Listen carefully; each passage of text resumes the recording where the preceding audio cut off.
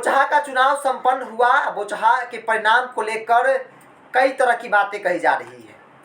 बोचहा में किसकी बनेगी सरकार, कौन बनेगा विधायक, किन मुद्दों के साथ हुआ वोट, कौन किस पे भारी पड़ा, कई बातें कही जा रही है। फिलहाल बोचहा का परिणाम जो है वो 16 को आना है और उस परिणाम से पहले जो बीच का गैप है 3-4 दिनों का, वो नेताओं के लिए बेहद कठिन है दिन गुजारना।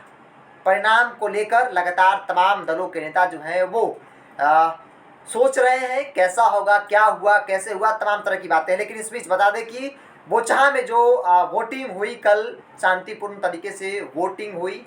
उस बीच कई मुद्दे जो बोचहा में बीते एक सप्ताह में काफ़ी हावी रहे, जातीय समीकरण हो, महंगाई हो, बेरोजगारी हो समेत कई मुद्दे थे। सरकार की योजनाओं को लेकर भी और सरकार के प्रति जो गुस्सा है लोगों में साफ तौर पे दिख रहा था। लेकिन सबसे बड़ा जो फैक्टर रहा, 2-3 बात को लेकर हमेशा जिक्र होती रही बीते एक सप्ताह में। पहला भूमिहार समाज को लेकर, दूसरा पासवान को लेकर। चूँकि भूमिहार के पास सत्ता की चाबी, वो जिधर जाएंगे सरकार उसकी बनेगी बोचहा में। अब थोड़ा सा 2020 की परिणाम पर गौर कीजिए। 2020 में एनडीए बेबी कुमारी नहीं थी उस वक्त वीआईपी के मुसाफिर पासवान थे। मुसाफिर पासवान चुनाव लड़े थे, तकरीबन 11,000 मतों से ज़्यादा से मतों से जीते थे। मुख्य रूप से उनके सामने जो है लड़ाई थी वो राजद के रमई राम ही थे मैदान में, उनसे थी और 11,000 ज़्यादा मतों से जीते थे। लेकिन इस बार की चुनावी जो समीकरण थे पिछले बार की अपेक्षा बीजेपी के लिए ठीक विपरीत रहा, क्योंकि एनडीए का वोट जो है वो बढ़ गया। मुकेश सहनी को बर्खास्त कर दिया गया, पार्टी को तोड़ दिया गया। मुकेश सहनी भी मैदान में थे। मुकेश सहनी जिस जाति का प्रतिनिधित्व करते हैं, सबसे बड़ी आबादी है वहाँ पे, मल्लाहों का, सहनी का, निषादों का सबसे बड़ी आबादी है। सेकेंड स्थान पर भूमिहार है। मुकेश सहनी के पास मल्लाह वोट एनडीए से निकल गया। दूसरा बात पासवान को लेकर, 12 जनपद बंगला प्रकरण जिस प्रकार से हुआ, रामविलास पासवान का जो बंगला था खाली कराया गया, उसके बाद इस तरीके से उस मामले को तूल पकड़ाया गया। चिराग पासवान ने इशारों में पासवान समाज को लेकर कहा कि रामविलास पासवान का अपमान हुआ है, बाबा साहेब का अपमान हुआ, महापुरुषों का अपमान हुआ, ऐसे में अब पासवान समाज तय करेगा। और उस पासवान के बाद ही बोचहा में 15,000 के आसपास है। तो सीधे तौर पर इंडिकेट एक मैसेज चिराग पासवान ने दे दिया था, जिसका असर भी दिखा चुनाव में। चूंकि हमारे सहयोगी लगातार लोगों से बातचीत कर रहे थे, कुछ इस तरह की बातें निकल के आ रही थी। पासवान 2 मायनों में, एक तो आरजेडी के जो अमर पासवान है वो मैदान में है, तो कुछ पासवान का वोट उनके पास भी था और सहानुभूति के तौर पर भी थी वोट।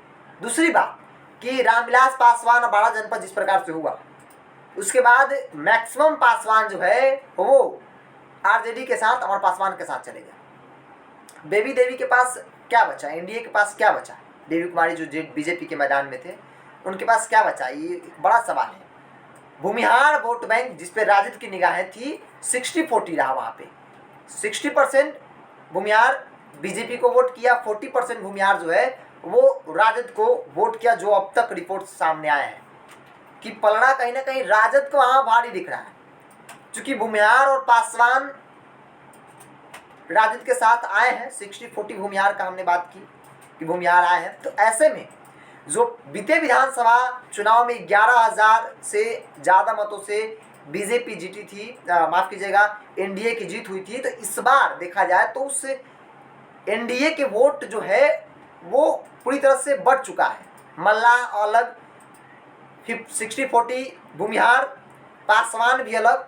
और राजद के साथ अगर बात करें, राजद के साथ प्लस पॉइंट यहाँ ये हो जाता है कि राजद के पास यादवों का वोट है, राजद के पास मुसलमानों का वोट है, राजद के पास पासवानों का वोट है, राजद के पास 40% जो वोट, हमने जैसे कि बात किया कि 40% वोट जो है वो भूमिहारों का है। तो ऐसे में राजद का पलड़ा जरूर भारी दिख रहा है इस चुनाव में।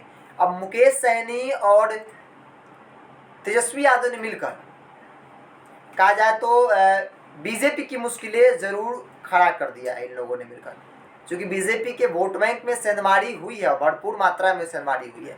मुकेश सहनी अलग, पासवान भी छोड़ दिया साथ, भूमिहार भी 60-40 पे हो गए। तो ऐसे में बीजेपी के पास बचता ही क्या है। खैर, लेकिन तमाम लोगों को उम्मीद है 16 तारीख जो परिणाम निकल कर सामने आएंगे सब कुछ क्लियर हो जाएगा। लेकिन अब तक जो जिन मुद्दों पर वोट हुए, जिन बातों का असर जमीन पर दिखा, जनता पे दिखा, उसकी बात हमने की। एग्जिट पोल राजद जो है वो बढ़त बनाती हुई दिख रही है, फिर भी लड़ाई कहेंगे कि त्रिकोणीय ही है। इसको इतना ही। देखते हैं बिहार। नमस्कार।